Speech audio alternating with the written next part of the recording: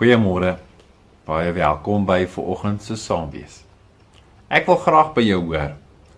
Daar is soveel dinge in hierdie wêreld, in ons land, in ons gemeenskap en selfs in ons eie lewens wat ons ongelukkig maak. Dinge waaroor ons nie tevrede is nie. Dinge wat nie vir ons lekker is nie. Ek dink aan die misdaad.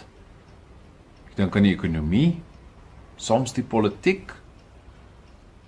Ek dink aan wat dienslewering, dinge wat in my gemeenskap gebeur, wat my nie gelukkig maak nie.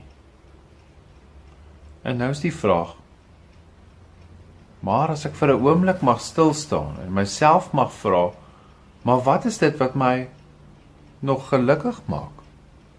En is ek nog gelukkig? En wat laat ek die swaarste weeg? Die dinge wat my ongelukkig maak? Of die dinge wat my gelukkig maak? Ek wil graag jou vat na 'n gedeelte wat J. Donald Walters op 'n stadium gesê het oor geluk. Hy sê die geheim van geluk is om dit wat gedoen moet word, gewillig en met vreugde te doen. Dit met gewillig en met vreugde. Nou wil ek jou vra om jou Bybel oop te maak saam met my vanoggend en mag jy hierdie teks saam met jou vat. Mag jy hierdie teks saam met jou vat, Psalm 128 verse 1 en 2. Dit gaan goed met elkeen wat die Here dien en sy wil doen. Die vrug van jou arbeid sal jy geniet en gelukkig en voorspoedig sal jy wees. Wat maak jou gelukkig? En mag dit die swaarste weeg in jou lewe. En mag jy die vrug daarvan ook geniet. Kom ons bid saam.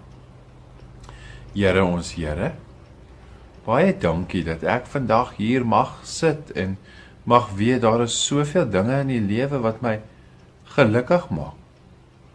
En as ek regtig mooi sit en daaroor dink, is dit selfs meer as die dinge wat my ongelukkig maak.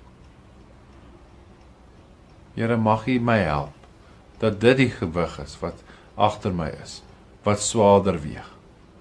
Here, mag dit so wees dat ek net soos hierdie woorde in Psalm 128 mag weet dat dit vir my goed en reg is om U te dien en dat die vrug van my arbeid ek dit sal geniet en dat ek sal gelukkig wees met die dinge wat my bly maak en wat vir my goed is in my lewe.